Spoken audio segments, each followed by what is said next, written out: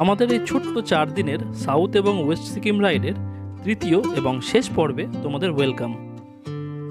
আজ আমাদের বাড়ি ফেরার পালা হলেও কেন জানি মনে হচ্ছিল পাহাড় যেন আজ আমাকে নিজের থেকে দূরে যেতে দেবে না বলেই ভেবে নিয়েছিল। আর তার কারণটা না হয় গল্পেই জেনে নিও। আর যারা এই পর্বেই গল্পের সাথে যুক্ত হলে অনুরোধ রইল আমাদের আগের পর্বগুলি এক্সপিরিয়েন্স করার জন্য। উপরের আই বাটনে এবং ডেসক্রিপশন বক্সে গল্পের লিঙ্কগুলি দেওয়া রইল। তো চলো এই সিকিম ডায়েরির শেষ পর্বটা শুরু করা যাক। Good morning, it's Imon from Gangtok. স্নান টান করে সকাল সকাল একদম রেডি হয়ে গেছি। এখন ঘড়িতে বাজে 9টা। প্ল্যান আছে 10টার মধ্যে এখান থেকে বেরিয়ে যাওয়ার। আর আমাদের হোটেল থেকে কিন্তু খুব ভালো কাঞ্চনজঙ্ঘার ভিউ পাওয়া যেত, বাট আজকে ওয়েদার মেঘলা বলে কিন্তু কাঞ্চনজঙ্ঘার দেখা আজকে আমাদের মেলেনি। আর আরও একটা বড় আপডেট, আজকে NH10 বন্ধ। NH10 9 তারিখ অবধি বন্ধ রয়েছে এবং যার জন্য কিন্তু আমাদেরকে অনেকটা রাস্তা ঘুরে যেতে হবে। মানে গ্যাংটক থেকে আমরা যে শিলিগুড়ি সেবক রোড হয়ে যাই ওই রোডটাতে যেতে পারবো না, আমাদেরকে ভায়া কার্শিয়াং হয়ে দার্জিলিংয়ের সাইড দিয়ে আমাদেরকে নামতে হবে শিলিগুড়ির দিকে। তো যার জন্য কিন্তু প্রায় 2 ঘন্টা মতো, 2 থেকে 3 ঘন্টা মতো সময় বেশি লাগতে পারে এবং প্রায় 50 কিলোমিটার মতো বেশি ঘুরতে হবে আমাদেরকে পাহাড়ি রাস্তাতে। তো দেখা যাক কখন বাড়ি পৌঁছই। আর মনে হয় এই রাস্তাতে ঘোরার জন্য ভালো ভালো ভিউও পাবো, কারণ কার্শিয়াংয়ের রাস্তা খুব ভালো ভিউ পাওয়া যায় কিন্তু। আর আর একটা কাজ আজকে সকালের বাকি আছে, খাওয়া দাওয়াটা হয়নি। আমরা অর্ডার দিয়ে দিয়েছি পুরি সবজি খাওয়ার জন্য। আমাদেরকে এই হোটেলেরই উপরে যেতে হবে। একদম রেডি হয়ে আমরা উপরে চলে এসেছি খাবারে। আর ব্রেকফাস্টে আছে পুরি সবজি, একদম বাড়ির মতো বাঙালি খাবার। এখানে একদম খাওয়া দাওয়া করে একদম বাইকে দেখা হচ্ছে। চলো টাটা। ওফ, সব বাইক লাগেজ কমপ্লিট। আর এই হচ্ছে আমার বাইক। এরকম এইভাবে আমি এসেছি। আমি ফার্স্ট দিন দেখিয়েছিলাম, বাট ওটা তো আসেনি ভিডিওতে। জাস্ট একটা স্যাডেল ব্যাগ, একটা ট্যাঙ্ক ব্যাগ, আর কিছু নেই। এখানে আমার এয়ার সিটটা রয়েছে, এর কভারটা হারিয়ে গেছে, তার জন্য একটা প্লাস্টিক দিয়ে রেখেছি মাম্পি যাতে কোনো অসুবিধা না হয়। আর এটা অজয়ের বাইক, ও একটা স্যাডেল ব্যাগ আর ট্যাঙ্ক ব্যাগ জাস্ট। আর এখান থেকে বেরিয়ে সবার আগে আমার বাইকে ফিউল আপ করতে হবে। সেই প্রথম দিন শিলিগুড়িতে আমি তেল ভরেছি, তারপরে কিন্তু তেল ভরিনি। আর এই হচ্ছে আমাদের hotel Prince and Kanchan residency. আমরা এই রুমে ছিলাম একতলায়। চলো বাইক স্টার্ট দিয়ে কথা হচ্ছে। একদম MG মার্কেটের পাশ দিয়ে আমরা যাচ্ছি। অ্যাকচুয়ালি এটা ওয়ান ওয়ে। আর এখন প্রপার গ্যাংটক সিটিতে, মানে MG মার্কেটে আমরা আছি, তার জন্য কিন্তু এতটা জ্যাম লেগে রয়েছে। আর আমাদের সামনে বিউটিফুল গ্যাংটক সিটি, যেটাকে আজকে টাটা বাই বাই করে আমরা নিজেদের শহর বহরমপুরের দিকে যাচ্ছি। আর একদম সামনে একটা পেট্রোল পাম্প পেয়ে গিয়েছি, যেখানে তেলটা ভরে নিতে হবে। বাট যাওয়ার জায়গাটা কোথায়? চলে যাব।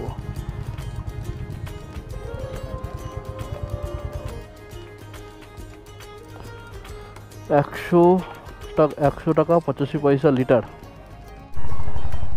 পেট্রোল ফুল, তেল আটলো 11.80 লিটার।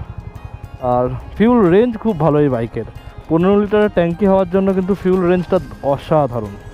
মানে আমি এখনও অবধি জাস্ট 2বার তেল ভরেছি। বাড়ি থেকে একবার ফুল ট্যাঙ্ক করে বেরিয়েছিলাম, তারপরে একবার জাস্ট শিলিগুড়িতে ফুল ট্যাঙ্ক করেছি। আরে এতক্ষণে করলাম, মানে 3বার হলো এই নিয়ে। 3বার তেল ভরে আর যা তেল আছে মনে হয় বাড়ি পৌঁছে যাবো।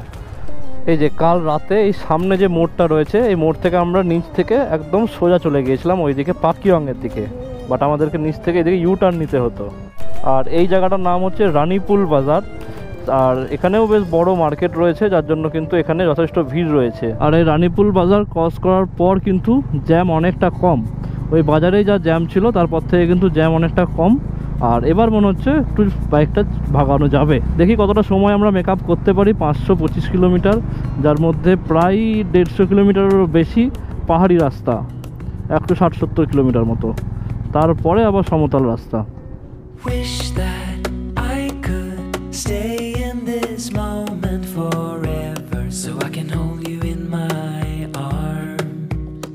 I will carry you on my shoulders as long as I'm able. Scare the monsters under your bed, deep in the biting. Liking for you is all I. সামনে তিস্তাকে দেখো খালি।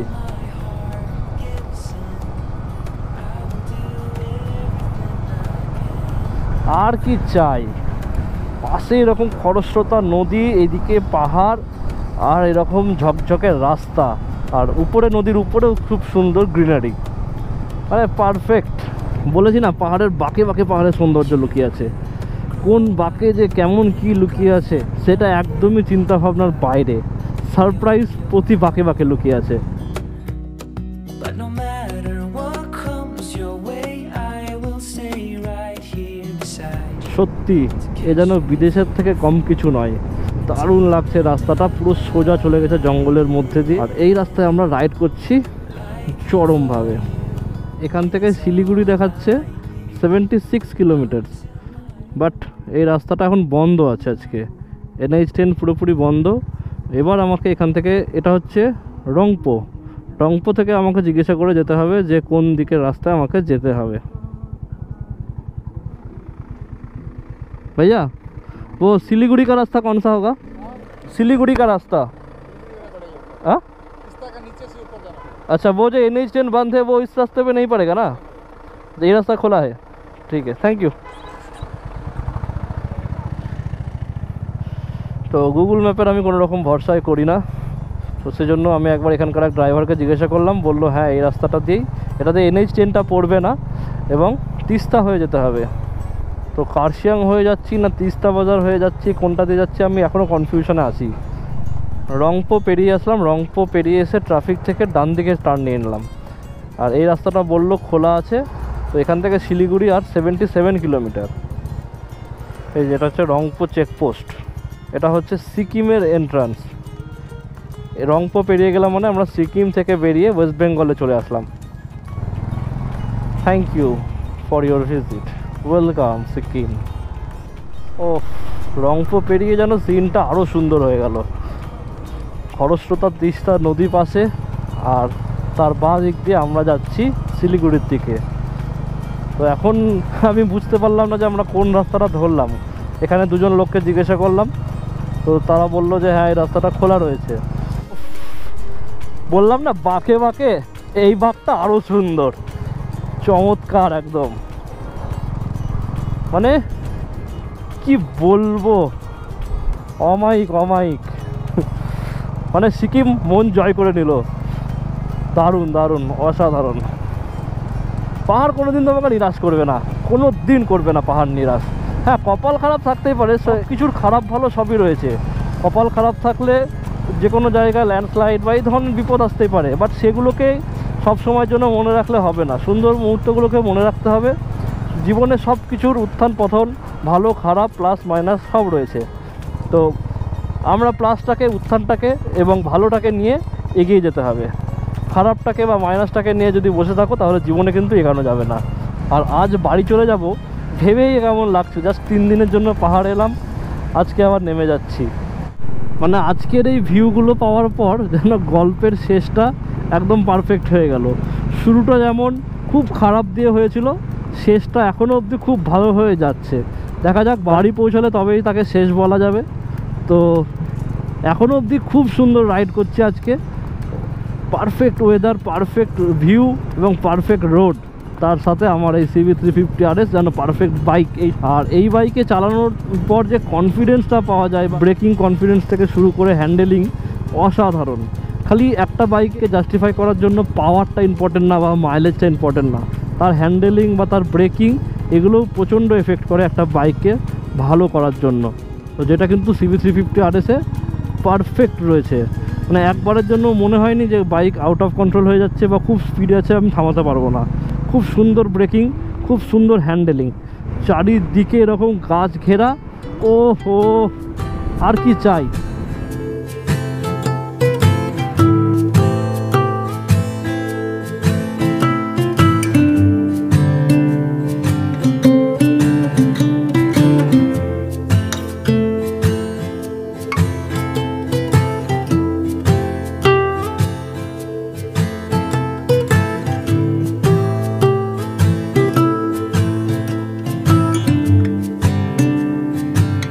সিকিমে বন্যায় যে কি অবস্থা, তার ভয়ঙ্কর রূপের এখনো প্রমাণ এখানে রয়েছে।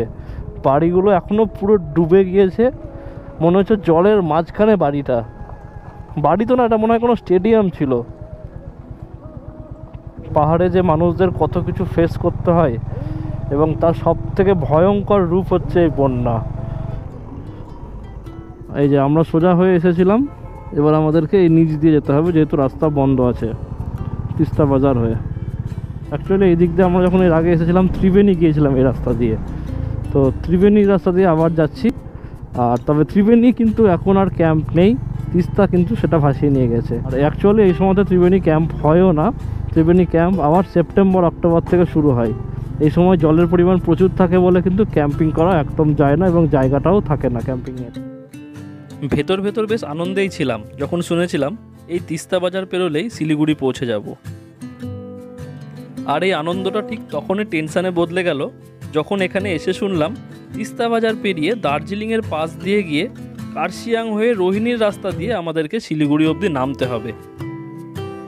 আচ্ছা, জোরবাংলা থেকে বাদিকে নেমে যাব, শিলিগুড়ি যাব। আচ্ছা, তো অ্যাকচুয়ালি যেটা ভাবছিলাম যে হয়তো তিস্তা বাজার থেকে সামান্য একটু গিয়ে শিলিগুড়ি পেয়ে যাব, বাট না, এখান থেকে আমাদেরকে দার্জিলিংয়ের রাস্তায় যেতে হচ্ছে। দার্জিলিং না, অ্যাকচুয়ালি দার্জিলিংয়ের আগে জোরবাংলো বলে একটা জায়গা রয়েছে, জোরবাংলো থেকে আবার আমাদেরকে নিচে নেমে শিলিগুড়ি রাস্তায় আসতে হবে।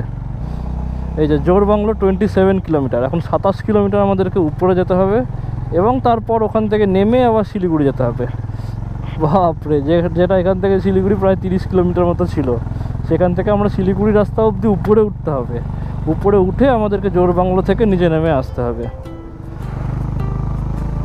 ও রাস্তাটা দেখতে পাচ্ছ, পুরো সোজা জঙ্গলের মধ্যে দিয়ে উপরে উঠে গিয়েছে। প্রথমে কিন্তু যে কেউ ভয় পেয়ে যাবে রাস্তাটা দেখে। এই জায়গাটা দেখো, ক্যামেরায় কতটা বোঝা যাচ্ছে জানি না, বাট রাস্তাটা কিন্তু পুরোটা খাড়া হয়ে জঙ্গলের মধ্যে ঢুকে গিয়েছে। আর এখানে অনেক করে ড্রাইভারের সাথেও আমরা কনসাল্ট করলাম, তো তারাও বললো যে হ্যাঁ, এই রাস্তাটা দিয়ে যাও তোমরা, ভালো রাস্তা দিয়ে তোমরা শিলিগুড়ি পৌঁছে যাবে। ও, যে টেমিটি গার্ডেনটা মিস করেছিলাম, টেমি না পেলেও অন্য চায়ের বাগান কিন্তু আমরা পেয়ে গেছি। চা বাগান কিন্তু আমাদেরকে পেছন ছাড়েনি। জানি না কতটা ঘুরে যাব, কখন বাড়ি পৌঁছাবো, বাট চা বাগান কিন্তু আমরা পেয়ে গেলাম। ও, আর এই রাস্তায় না আসলে পাহাড়ের সৌন্দর্যটা খানিকটা মিস করে যেতাম। আমাদের ট্রিপে চা বাগানটাই মিস ছিল, বাট চা বাগানটা পেয়ে গেলাম, এবং মনে হচ্ছে সামনে আরও চা বাগান রয়েছে।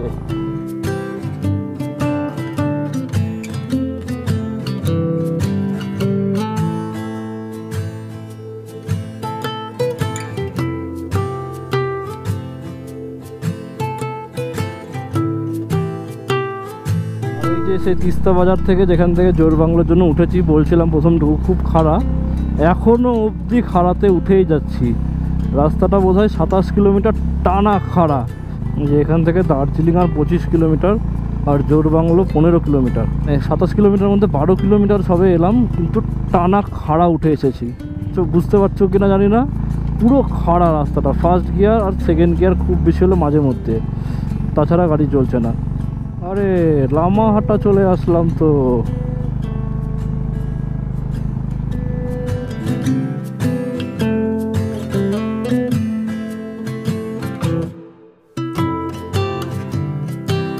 এতক্ষণ সিকিমের পাহাড় দেখাচ্ছিলাম, এবার তোমাদেরকে দার্জিলিংয়ের পাহাড় দেখাচ্ছি। যেমন বাঁ পাশে লামাহাটা ইকো পার্ক, কিন্তু সময়ের অভাবে আমরা থামতে পারছি না। পুরো পাইনে ঘেরা এই ইকো পার্ক। এর আগে অনেকবার ভেবেছিলাম লামাহাটা আসবো, বাট আসা হয়নি। আজকে আসলাম, কিন্তু ঘোরা হলো না। রাস্তা দিয়ে যেটুকু দেখার সেটুকুই দেখে নিলাম। আজ পাহাড় আমাদের পেছন ছাড়ছে না। আমাদের পাহাড় থেকে বাড়ি চলে যাওয়ার প্ল্যান থাকলেও পাহাড় কিন্তু আমাদেরকে নিজের কোলের মধ্যে আগলে রাখছে একদম। কারণ এখন কিন্তু আমরা যথেষ্ট উপরে আবার চলে এসেছি, এবং ঠান্ডা ঠান্ডা লাগতে শুরু করেছে। এতক্ষণ নিচে নেমে গিয়েছিলাম, যথেষ্ট গরম লাগছিল, আবার আমরা পাহাড়ের উপরে চলে আসলাম। এখন দুপুর 2টো বাজে, আর আমরা এখন জোরবাংলো এলাম, মানে দার্জিলিং প্রায়। আর এখান থেকে শিলিগুড়ি এখনও 68 কিলোমিটার, মানে শিলিগুড়ি পৌঁছাতেই আমাদের মনে হচ্ছে বিকেল 4টে বেজে যাবে। আর এই রাস্তাটা মনে হচ্ছে আমরা রোহিণী হয়ে নামবো। আর রোহিণী রাস্তা হয়ে আমি কোনোদিন দার্জিলিং থেকে নামিনি। আমি দার্জিলিং থেকে যতবারই নেমেছি মিরিক হয়ে নেমেছি। মানে মিরিক হয়ে যেতে গেলে ওই জোরবাংলো থেকে ডান দিকে ঘুম যাবে, এবং ঘুম থেকে ওটা আবার বাঁ দিকে চলে যেতে হবে, যে তারপরে তোমরা মিরিকের রাস্তা পাবে। মিরিকের রাস্তায় কিন্তু প্রচুর চা বাগান থাকে এবং রাস্তার সৌন্দর্য খুব ভালো। রোহিণী রাস্তার সৌন্দর্য সম্পর্কে আমার কোনো আইডিয়া নেই, তবে রোহিণী রাস্তা খুব খাড়া এটুকু শুনেছি। ঘুরে আসতে হচ্ছে, বাট তার জন্য একটু মন খারাপও হচ্ছিল। বাট রোহিণীর রাস্তার এই সৌন্দর্য দেখে মন কিন্তু খারাপ থেকে আবার পুনরায় ভালো হয়ে গেল। Hear the birds and see the sun. Side by side our fears are done. Oh, the good times just begun. চলে এসেছে এখন সোনাদা। সোনাদার একটা খুব সুন্দর মনেস্ট্রির পাশ দিয়ে আমরা যাচ্ছি। তোমাদেরকে আর কত জায়গা ঘোরাবো দেখো, সোনাদাও নিয়ে চলে আসলাম। ও আমিও যে কোথায় কোথায় ঘুরে বেড়াচ্ছি এই ট্রিপে, ভাবাই যাচ্ছে না। It's crazy, but things are finally right. With you and I, the future is bright. Oh, you and I, we got it. Oh, we don't need no more. এবার চলে এসেছি কার্শিয়াং। আমার ডান সাইডে কার্শিয়াং সিটিটা পুরো দেখা যাচ্ছে। এখন বাজে 2:40, এখন আমরা কার্শিয়াংয়ে, মানে কখন বাড়ি পৌঁছাবো আই হ্যাভ নো আইডিয়া। এবার এখন আমাদের সামনে Kurseong station. Side by side and through. ও ও সামনের ভিউটা দেখো, আসা মাত্র সামনে পুরো সোজা গোটা পাহাড়টা চা বাগানে ভর্তি। এখান থেকে জাস্ট ভিউটা দেখো। ও বলছি না, প্রথম দিন যে ভিউগুলো মিস গিয়েছে, শেষ দিন পুরোটা পুষিয়ে দিচ্ছে। আকাশটা আরেকটু পরিষ্কার থাকলে এখান থেকে পুরো নিচের সিটিগুলো সমান দেখা যাচ্ছে। চরম ভিউটা, চরম।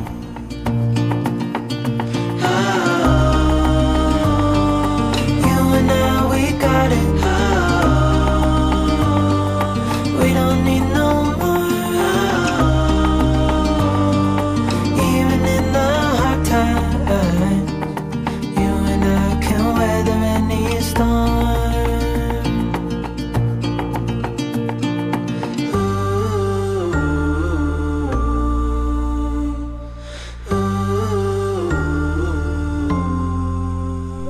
এখন 3:25 বাজে, এখনও আমরা শিলিগুড়ি পৌঁছাতে পারিনি।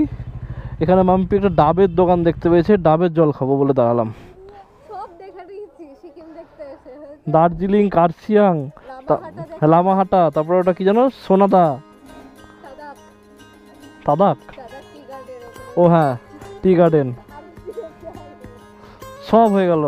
নামচি, রাবাংলা থেকে শুরু করে পেলিং মেলিং একদম বাকডুম সব দেখে নিয়েছি একবার। এখানে ডাবের দাম 80 টাকা। দিয়ে হুড়ুবারের মতো 90 টাকাও বলছে, 90 টাকাও বলছে। তারপরে আমরা খাচ্ছি কি কলা, আবার পচা ফিরত দিয়ে পচা কোথায় না, আনারি বাচ্চারা লন্ডন থেকে। তো এখন খাচ্ছি আমরা কলা, আর অর্ডার দিয়েছি আরো একটা কি অর্ডার দিয়েছো গো, মৌসুমী রস না, তাহলে ওয়াটারমেলন আর পাইনাপল জুস। না, ডাবের রস খেতে গিয়ে কত কিছু খাচ্ছি আমরা, বলো। তরমুজ আর কি বলে ওটাকে, আনারস, আনারসের রস, পাইনাপল। বাড়ি কখন পৌঁছাবো কোনো ঠিক ঠিকানা নাই, তবে এই মুহূর্তগুলোকে আমরা চুটিয়ে এনজয় করছি, আর গল্পটাও তোমরা চুটিয়ে এনজয় করো। এখনো গল্প অনেক বাকি আছে, এখনো পাহাড়ই শেষ হয়নি। বিকাল 3:30 বাজতে চললো, পাহাড়ই শেষ করতে পারিনি। কি মিক্স করা আছে, এই যে মিক্স করা আমাদের পাইনাপেল, পাইনাপেল ছিল, ইয়েস, আর ওয়াটারমেলন। আচ্ছা পাইনাপেল আর ওয়াটারমেলনের জুস কেমন লাগছে খেতে? না না আমি তো পেয়েই শেষ করে দিলাম, এত চেষ্টা পেয়েছিলাম।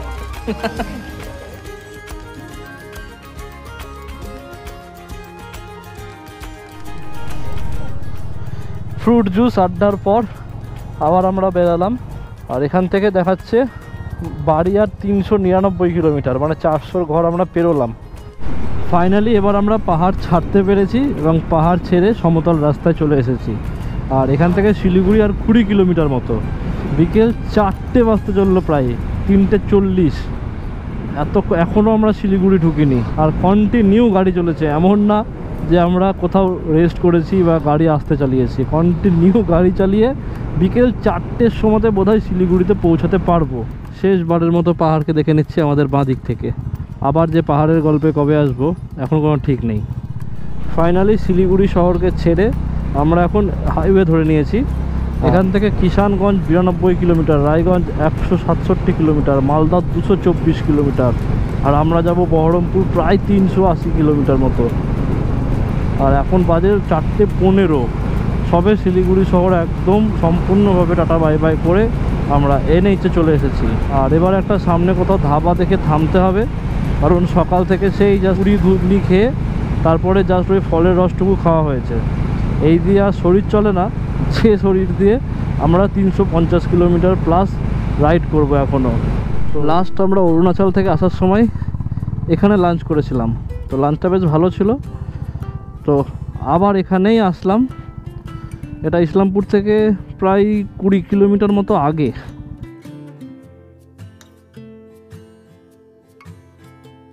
আর এই হোটেলটার নাম হচ্ছে মিরামার রিসর্ট। আর এখানে আগেরবার যখন এসেছিলাম তখনও বিরিয়ানি অর্ডার দিয়েছিলাম, এবারও সেম বিরিয়ানি অর্ডার দিয়েছি, আর তার সাথে চিকেন কষা। অসাধারণ হয়েছে বিরিয়ানিটা, আমার তো হেভি লেগেছে। বাকিদের একবার শুনে নাও কেমন লেগেছে। আমি তো খাবার থামাতে পারছি না, মানে এত সুন্দর, অসাধারণ একদম। এখন খাওয়ায় কনসেন্ট্রেট করি, রাখছি। এখন মাম্পি কিছু বলবে। এখন বিকেল 5টা বাজে, তাই আমরা সারাদিন না খেয়ে আছি এই রিসর্টে একবার এসে খাবো বলে। শুনলাম আমি কথা বললো, রাখছি, পরে কথা বলছি আবার।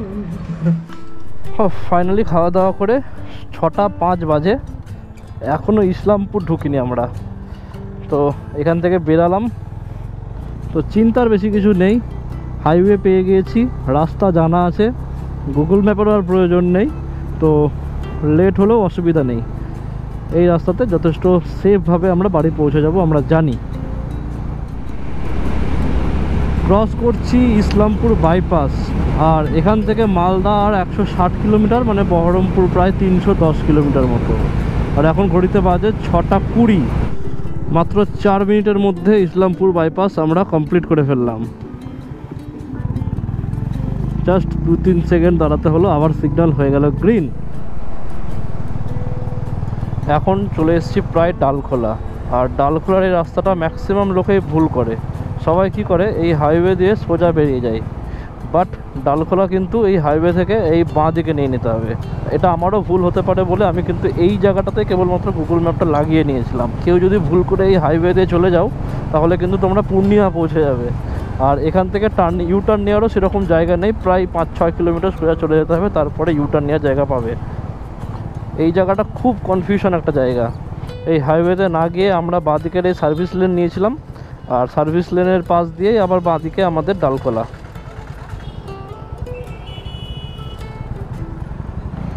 এখান থেকে রায়গঞ্জ আর 47 কিলোমিটার, মালদা 123 কিলোমিটার, তার মানে বহরমপুর আর এখান থেকে 170 কিলোমিটার মতো। সরি 100 নয় 200, তবে 270 না, গুগল ম্যাপে দেখাচ্ছে 253 কিলোমিটার। হ্যাঁ ঠিকই আছে, মালদা থেকে 130 কিলোমিটার মতোই, মালদা দেখালো 123 কিলোমিটার, ঠিকই আছে। 256 কিলোমিটার বহরমপুর। আর রায়গঞ্জ বাইপাস নিয়ে একটা বড় আপডেট, যেটা আমি আগের দিন দিনের বেলাতেও দিয়েছিলাম। রায়গঞ্জ বাইপাস কিন্তু এখন সম্পূর্ণভাবে চালু হয়ে গেছে। আর এই বাইপাসটাই হচ্ছে কলকাতা থেকে শিলিগুড়ি যাওয়ার মধ্যে সবথেকে দীর্ঘতম বাইপাস। আর এইটা কেবলমাত্র রেল ব্রিজটুকু তৈরি হয়নি বলেই প্রায় দীর্ঘ 1 থেকে 1.5 বছর ধরে আটকে রয়েছে। আর গত 30শে এপ্রিল এই রায়গঞ্জ বাইপাস একটা সাইড দিয়ে চালু হয়ে গেছে, আর আরেক সাইডের কাজ চলছে। খুব শীঘ্রই 1 থেকে 2 মাসের মধ্যে কিন্তু সেটাও চালু হয়ে যাবে। আর এই হচ্ছে রাতের বেলার রায়গঞ্জ বাইপাসের ভিউ, যেটা পুরো 3-6 লেনের রাস্তা, পুরোটা বিরাট চওড়া, আর সব থেকে দীর্ঘতম প্রায় 14 কিলোমিটার বিস্তৃত এই রায়গঞ্জ বাইপাস, যেটা ওপেন হয়ে গেছে সবার জন্যে। আর এখানে করলাম রায়গঞ্জ বাইপাস শেষ। ফাইনালি পলসন্ডা অবধি আমরা চলে এসেছি, আর এখন ঘড়িতে বাজে 11:50। আর পলসন্ডা এখন ঘড়িতে বাজে হচ্ছে, যেটা বললাম 11:50 মতো। আর এবারের গল্পটাও যেন আগের বারের মতোই শেষ হলো। আমরা আগের বারও 11:30 নাগাদ পলসন্ডা পৌঁছেছিলাম, আর এবার 11:50। আর আগের বারও রাস্তায় একটা প্রবলেমের জন্য দেরি হয়েছিল, আর এবারও রাস্তা খারাপ ছিল বলে দেরি হয়েছে। তো আমাদের এই গল্পটাও আগের বারের মতোই শেষ করছি, হ্যাপি এন্ডিং। আমাদের এন্ডিং বলে কিছু হয় না, কারণ আমরা ভ্রমণ পাগল, আমরা অ্যাডভেঞ্চার পাগল। আর এই পাগলের পাগলামির কোনো শেষ নেই। আসলে সবসময় আমাদের মাথায় চলে অ্যাডভেঞ্চারের প্ল্যান, হয়তো সবার সবসময় যাওয়া হয়ে ওঠে না। আর সেই জন্যই এই গল্পগুলোর মাধ্যমে তোমাদেরকে ফিজিক্যালি না হলেও ভার্চুয়ালি ঘুরিয়ে নিয়ে আসার একটা চেষ্টা চালিয়ে যাচ্ছি। আর আমার এই চেষ্টা ভালো লাগলে সাবস্ক্রাইব করে তোমরাও আমার পাশে থেকো। টিল দেন, মি ইমন, সাইনিং অফ, এক্সপ্লোরিং প্যারাডাইস।